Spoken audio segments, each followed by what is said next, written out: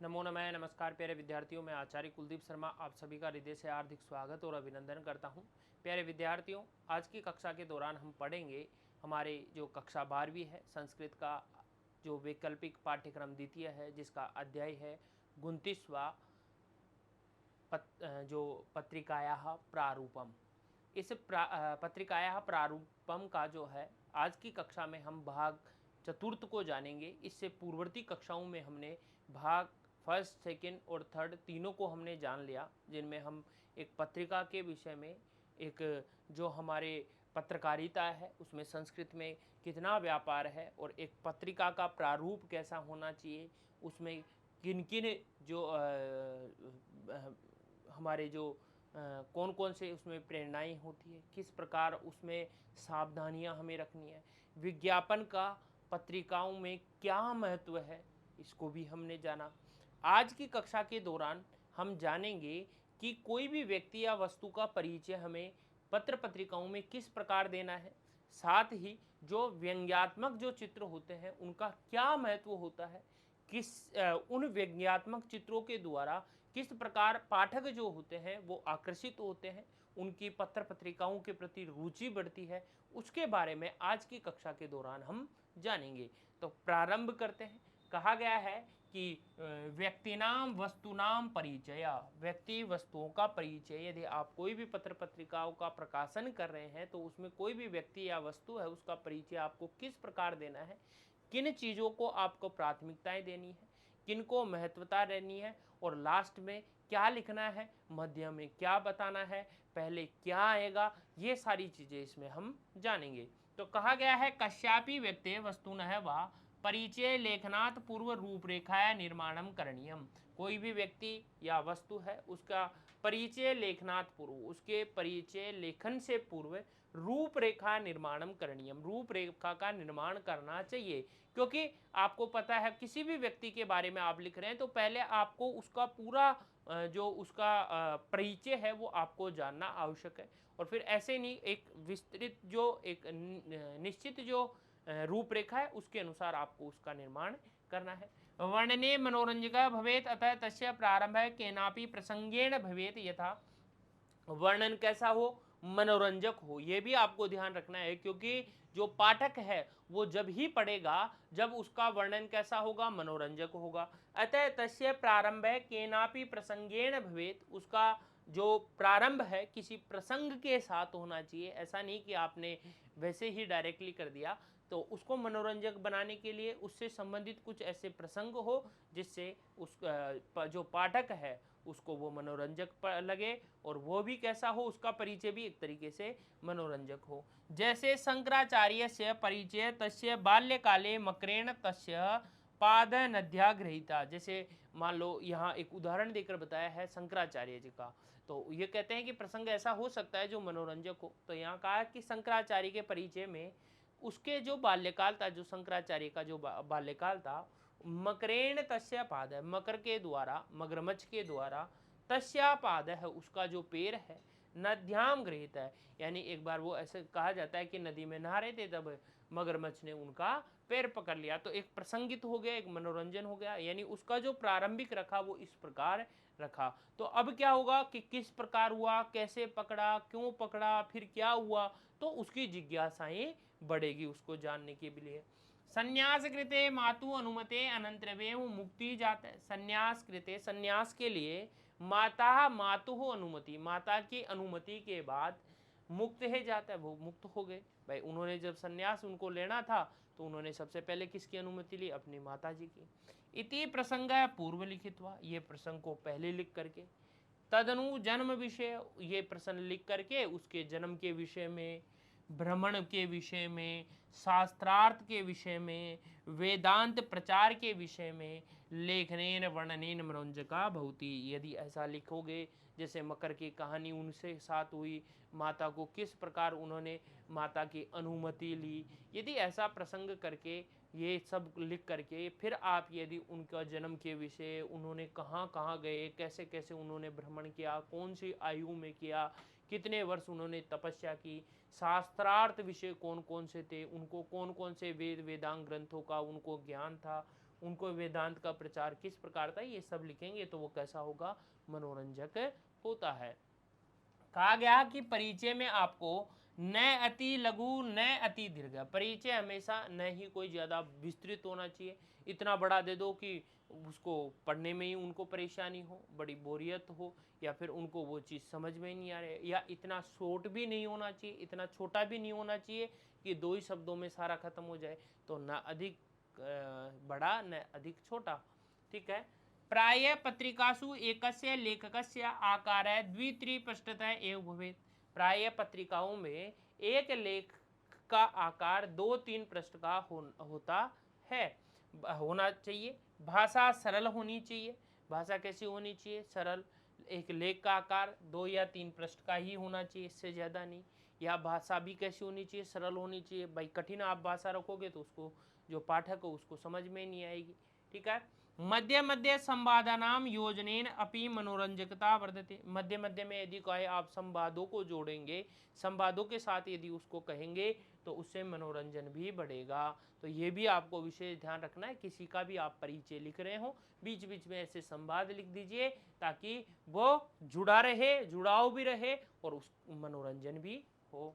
वाक्यानि न अति दीर्घानि भवेयु, और वाक्य ज़्यादा लंबे भी नहीं लिखने, ठीक है। यथा स्थिति चित्राणपि संयोजनम भवे, जैसी स्थिति है वैसे ही चित्रों को, जिस प्रकार स्थिति है, मान लो वो घर से बाहर जा रहे हैं, संन्यास में जा रहे हैं या विद्या आश्रम में ग्रहण कर रहे हैं, तो जैसी स्थिति हो वैसे ही चित्र होने चाहिए, ये विशेष ध्यान रखना है। व्यंग्य चित्राणाम भूमिका, अब जो हमने व्यंग्य चित्र देखे, जो कार्टून हम हमारे पत्र पत्रिकाओं में इत्यादि में होते हैं, उनकी क्या भूमिका है उसके विषय में हम जानते हैं कि जो कार्टून इत्यादि हैं उनकी पत्र पत्रिकाओं में जो कार्टून है उनकी क्या भूमिकाएं होती है, व्यंग्य चित्र का क्या भूमिका है। पत्र पत्रिकासु व्यंग्य चित्राणाम योजनेन पत्रिकायाः मनोरंजकता मस्तिष्क उद्बोधन क्षमता विषय अध्ययनस्य केंद्रीकरण च जायते। देखो, पत्रिकासु व्यंग्य चित्राणाम योजनेन, यदि पत्रिकाओं में व्यंग्य चित्रों को जोड़ने से पत्रिकाया मनोरंजकता मस्तिष्क उद्बोधक क्षमता, पत्रिका में मनोरंजक यानी मनोरंजन पूर्ण होगी। मस्तिष्क उद्बोधन क्षमता, मस्तिष्क की जो उद्बोधन की जो क्षमता है, समझने की जो क्षमता है वो बढ़ती है। विषय ध्यान से केंद्रीकरण, विषय का ध्यान का केंद्रीकरण होता है, यानी जो विषय है उस पर हमारा ध्यान जाता है, उसका एक एकाग्रता आती है। चय जायते, ये सारी चीज़ें उत्पन्न होती है। मनोरंजन, मस्तिष्क उद्बोधन क्षमता का विकास, विषय पर ध्यान केंद्रित होना। यस्य विषय व्यंग्य चित्रम प्रकाशित, जिस विषय पर भी व्यंग्य चित्र प्रकाशित किए जाते हैं, तत् तथ्यम अधिक ध्यानम आकर्षितम, वह तथ्य कैसा हो जाएगा, अधिक ध्यान पूर्वक और आकर्षित हो जाएगा। मान लो कोई भी कार्टून बनाकर उस विषय को दर्शाया जाता है, तो आप खुद देखना, कभी आप पत्र पत्रिकाएं यदि आप पढ़ते हैं तो आप देखना आपका ध्यान तुरंत उस पर जाएगा, भाई है क्या ये चीज़, आप पढ़ने के लिए उसको लालायित होंगे, आकर्षित होंगे उसके प्रति, और वो अच्छा भी लगेगा तो आकर्षित होंगे। तेषां वैशिष्ट्यम भवती कथनस्य संक्षिप्ता सारगर्भिता च, उसकी विशेषताएं होती है, कथन की संक्षिप्तता और सारगर्भिता होती है। कहा गया व्यंग चित्रकाराः प्राय दुर्लभाः, व्यंग जो चित्रकार होते हैं प्राय कैसे होते हैं, दुर्लभ होते हैं, बड़े कठिन होते हैं, मिलते नहीं है। आप सोच तो ये रहे होंगे अरे ये तो ऐसे हो जाएगा, नहीं होता ऐसा भाई, है ना, बड़े दुर्लभ होते हैं। अतीव सशक्त व्यंग चित्राणी तू दुर्लभानी भवंती, चित्रकार भी दुर्लभ और बड़े सशक्त जो चित्र हैं वो भी कैसे होते हैं, दुर्लभ होते हैं। मतलब जो चित्र बनाने वाले हैं मिल तो बहुत जाते हैं लेकिन बड़े दुर्लभ होते हैं, और वैसे चित्र बनाने वाले जो चाहिए उसके अनुसार वैसे दुर्लभ होते हैं, ठीक है। अधोलिखित व्यंग्य चित्राणी दृष्टवा तेषाम अभिप्राय ज्ञातुम प्रयत्नम कुरुत, ये आपको चित्र दिख रहा है, देखो ये महाराज जी हैं, गा रहे हैं, माइक है, ये रथ उनको खींच रहा है, ठीक है। तो इससे चित्र से आपको जानो कि क्या हो रहा है। तो संगीतकार महाभारत युद्धम प्रविशति, संगीतकार महाभारत युद्ध में प्रवेश करता है। अब संगीतकार तो युद्ध तो लड़ेगा नहीं भाई, वो तो युद्ध तो लड़ने से रहा, संगीतकार युद्ध लड़ेगा क्या वहां जाके माइक से युद्ध लड़ रहा हूँ, नहीं, वो क्या करेगा, उस युद्ध का गाने के द्वारा, गीत के माध्यम से वो उसका क्या करेगा, वर्णन करेगा। कहा है कि अर्थात संगीतकार है भारत महाभारत युद्ध से वर्णनम स्वगीता नाम माध्यमेन, यानी जो महाभारत के युद्ध का वर्णन है वो किसके माध्यम से करेगा, अपने गीतों के माध्यम से करिष्यति करेगा। अब यहाँ देखो ये कार्टून है, जो व्यंग्य चित्रण है ये। अब व्यंग्य चित्रण देखकर ही हमें कितना जो है मनोरंजक और कितनी खुशी महसूस होती है कि कितना अच्छा चित्र है। इसी प्रकार यहाँ देखो ग्राहकस्य अधिकार हंतार है, ग्राहक के अधिकार। देखो ये ग्राहक है, जब ये कहीं हम मान लो आप ही हो, आप कई बार दुकान पे जाते हो तो आपको पास कई ऑप्शंस होते हैं, ठीक है, कई आपके पास ऑप्शन होते हैं, कई आपके पास चयन करने के लिए आपके पास कई सारे के विकल्प होते हैं।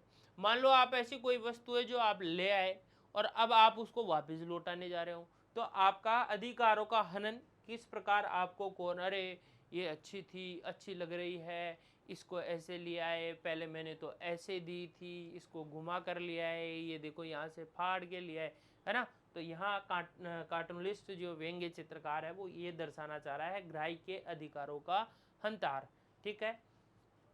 ग्राहक का नाम अवस्था सोचनीय, हाँ ग्राहक की जो अवस्था है वो सोचनीय होती है ना। एक ग्राहक जो होता है, हम तो ये कहते हैं कि जो विक्रेता होता है उसी की होती है, लेकिन जो ग्राहक होता है उसकी भी अवस्था का क्या होता है, सोचनीय वो भी होती है। भवती यदा ते वस्तु विक्रेता समीपे, वह जब भी वस्तु विक्रेता के पास में वस्तु दोष निवारणार्थम गच्छति, वस्तुओं के दोष के निवारण के लिए जाता है।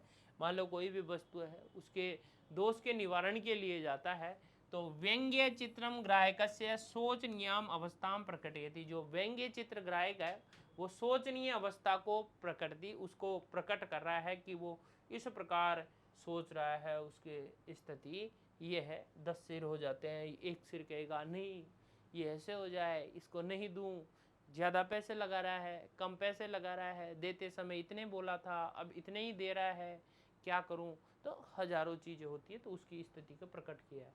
सूक्ति नाम संयोजनम, सूक्तियों का संयोजन। देखो काव्य हो, गद्य हो, पद्य हो, आपका नाटक हो, आपका विज्ञापन हो, आपका पत्र पत्रिकाएं हो, हमेशा याद रखना, या फिर आपके शास्त्रार्थ चर्चा हो, आप हमेशा एक बात ध्यान रखना, यदि आपने संस्कृत की सूक्तियों उसमें रख दी तो वो अपने आप में बड़ी आकृष्ट हो जाएगी, बड़ी आकर्षित हो जाती है वो विषय वस्तु।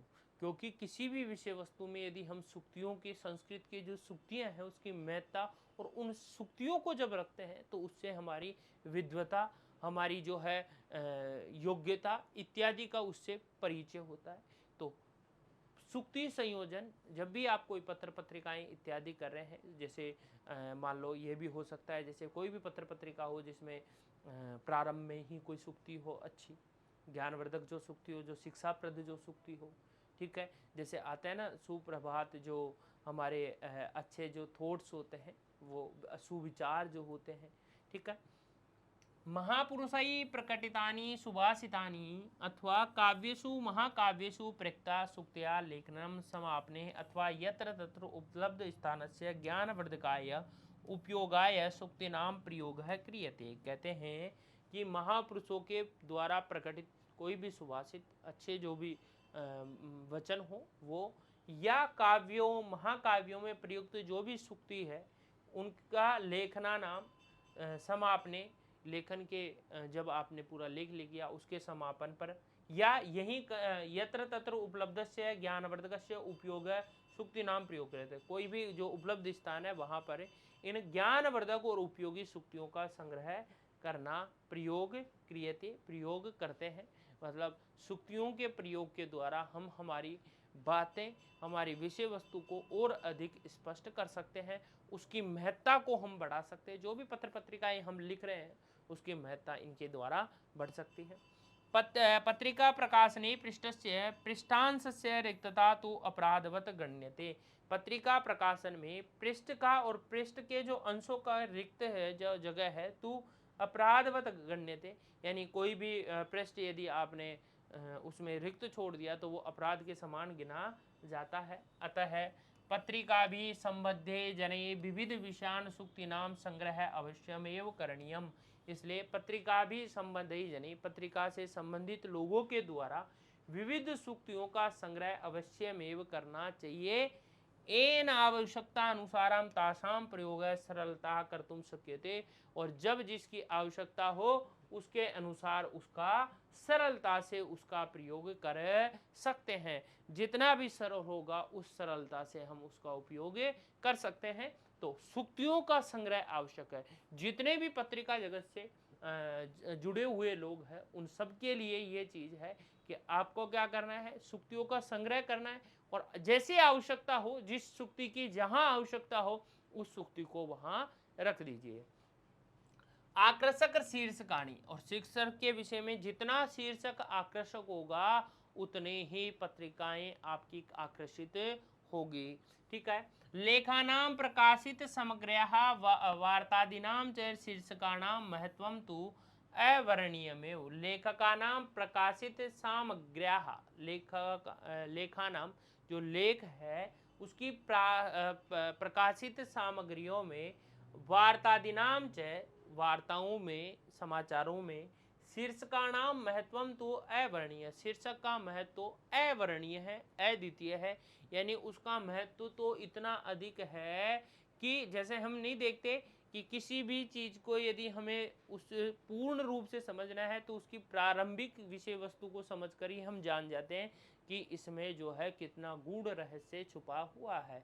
तो वो कहते हैं ना कि जैसे हमारे ये कहा जाता है कि कोई भी विषय वस्तु है, जब उसको आपको सूक्ष्म तरीके से आकलन करना है तो आप उसके जो शीर्षक है उसको आप जान लीजिए, तो उससे आपको उसकी जो विशेषताएं हैं, महत्ताएं हैं, उसके रहस्य हैं, वो अपने आप आपको जो है जिज्ञासावृत करेंगे उसको खोजने के लिए। आकर्षक शीर्षकाणी पाठकस्य मनः झटति एव आकर्ष्यम तम लेखा वार्ता कथा च पठितुम वाद्यम कुर्वन्ति। कोई आकर्षक शीर्षक है तो जो पाठक जो होता है उसके मन में झटति यानी अचानक से, शीघ्रता से उसके प्रति आकर्षक और उस लेख वार्ता और कथा को पढ़ने के लिए बाध्य करता है। यानी शीर्षक जितना जोरदार होगा उसको पढ़ने का ऐसा ही मन करेगा, तुरंत वो उसको पढ़ेगा और उसको पढ़ने के लिए वो कैसा हो जाएगा, बाध्य हो जाता है। शीर्षकाणाम वैशिष्ट्यम, जो शीर्षक होते हैं उसकी विशेषताएं यह बताई है कि शीर्षक कैसे होते हैं, उनकी विशेषताओं का यहाँ वर्णन है कि शीर्षकम सरलम सुबोधम च भवेद, यानी जो शीर्षक है वो सरल और सुबोध होना चाहिए, ऐसा होना चाहिए जो सब समझ सके, उसकी भाषा सरल होनी चाहिए। शीर्षकम प्राय शिक्षाप्रदम भवेद, शीर्षक कैसा होना चाहिए, प्राय शिक्षाप्रद होना चाहिए। कैसा होना चाहिए, शिक्षाप्रद होना चाहिए, ताकि उससे क्या है, जो भी उसको पढ़े, जो भी उसको समझे, वो दूसरों को बता सके और खुद को भी उसको कहीं उससे शिक्षाएं प्राप्त हो। शीर्षक संबंध लेखक से केंद्रीय भावेन संबद्ध भवेद, शीर्षक जो है संबद्ध लेखक का केंद्रीय भाव के साथ संबंध होना जरूरी है। मतलब उस शीर्षक का और जो केंद्रीय जो उसमें विषय वस्तु उसके साथ संबंध होना जरूरी है, नहीं कि शीर्षक अलग कह रहा है और अंदर अलग कुछ है। शीर्षकम प्राय लेखात एव उद्धृत प्रायम भवेत, शीर्षक प्राय लेखात एव उद्धृत प्रायम भवेत, जो लेख से उद्धृत होना चाहिए। शीर्षक जो है लेख से उद्धृत होना आवश्यक है। कानीचित आकर्षक शीर्षकाणी, कुछ आकर्षित शीर्षक यहाँ बताए गए। जैसे मैंने कहा था ना, एक बार पहले भी आपको बताया था, जैसे मान लो आपको कश्मीर है, तो एक तो हमने सामान्य से कहा कि कश्मीर प्रदेश के बारे में पढ़ेंगे, और एक हम ये कहें या फिर हम ऐसे कहें पहाड़ों की नगरी के विषय में पढ़ेंगे, या हम ऐसे कहें कि स्वर्ग भूमि के विषय में हम जानेंगे। तो एक शीर्षक का बहुत फर्क पड़ता है। आपने जहाँ लगाया स्वर्ग भूमि, है ना, या स्वर्ग वसुंधरा, या फिर जो है स्वर्ग जो है पहाड़ नगरी, तो शीर्षक का फर्क पड़ता है। अक्षयो भारत द्रुम, यहाँ बताए हैं कुछ शीर्षक। सर्वेभ्य दानेभ्य अभय दानम विशिष्टभय, सभी दानों में अभय दान कैसा है, किसी को अभय दान आपने कर लिया तो वो विशिष्ट है। धर्मार्थ कामः संवेन सेव्या, धर्म अर्थ और काम की साथ में सेवा ही सब कुछ है। भवतां प्रश्ना अस्माकम उत्तराणि। शीर्षक कितना अच्छा है, आपके प्रश्न हैं हमारा जवाब होगा। हम जब भी मिलेंगे आपके प्रश्न, आप जितने प्रश्न पूछते हैं पूछते जाइए, हमारे उससे अधिक उत्तर होंगे। एक शीर्षक कितना अच्छा हो गया।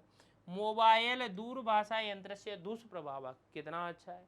इसके तो बहुत बड़े दुष्प्रभाव है, तो आदमी जानने का प्रयास करता है। ये कुछ शीर्षक यहाँ सामान्य से दिए हुए हैं। ये अध्याय आपका यही पूर्ण होता है। यहाँ इस अध्याय में प्यारे विद्यार्थियों हमने जाना कि जो हमारी जो पत्रकारिता है, जो पत्र है, उसका प्रारूप कैसा होगा। यदि आप इस क्षेत्र में जाना चाहते हैं, संस्कृत पत्रकारिता के क्षेत्र में जाना चाह रहे हैं, तो पत्रिका का जो प्रारूप है वो किस प्रकार होगा, कौन कौन से उसमें क्या क्या होगा, ये सब हमने जाना। आज के लिए इतना ही। बहुत बहुत धन्यवाद। जय तु संस्कृतम, जय तु भारतम।